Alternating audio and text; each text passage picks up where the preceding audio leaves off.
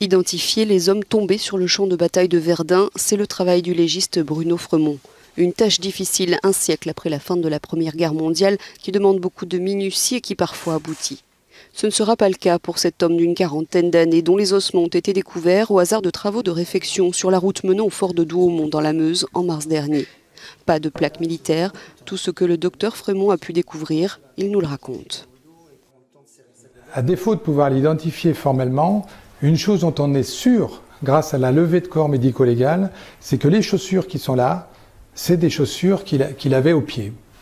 Ça, ce sont vraiment les pieds de ce soldat. Et ces chaussures-là, ce sont des godillots de l'armée française. Ce n'est pas une preuve à 100%, un Allemand pouvait voler les chaussures d'un Français, mais c'est un indice.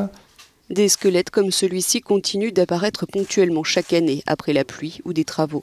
80 000 soldats français et allemands sont encore prisonniers de cette terre de la zone rouge.